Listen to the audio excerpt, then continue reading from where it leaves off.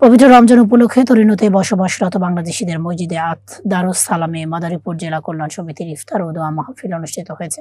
বিস্তারিত শিকদার বিপ্লবের পাঠানো তথ্য ভিডিও চিত্রে। পবিত্র রমজান মাস উপলক্ষে ইতালির তরিনোতে বসবাসরত বাংলাদেশিদের উদ্যোগে এক ইফতার মাহফিল অনুষ্ঠিত হয়েছে। স্থানীয় আদ দারুস সালাম মসজিদে তরিনো প্রবাসী মাদারীপুর জেলা কল্যাণ সমিতি এই ইফতারের আয়োজন করে। অনুষ্ঠানে বিপুল সংখ্যক ধর্মপ্রাণ মুসলমান উৎসব মুখর পরিবেশে অংশগ্রহণ করেন। ইফতারের পূর্বে মসজিদের পেশ ইমাম এক বিশেষ মোনাজাত পরিচালনা করেন।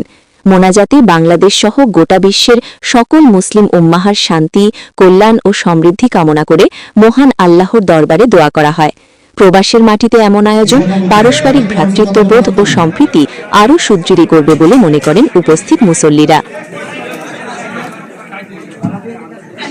আলহামদুলিল্লাহ ভাই, আল্লাহ তাআলার ঘরে আমাদেরকে নিয়ে আসছেন।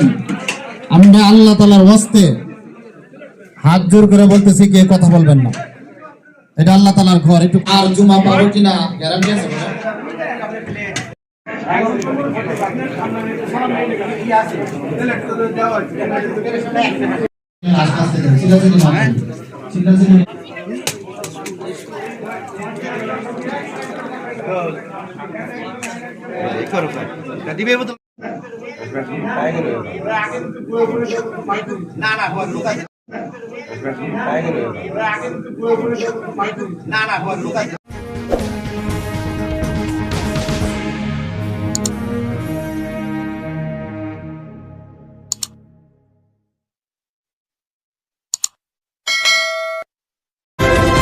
বাংলা নিউজ 21 চেতনায় সত্য প্রকাশে অঙ্গীকারবদ্ধ।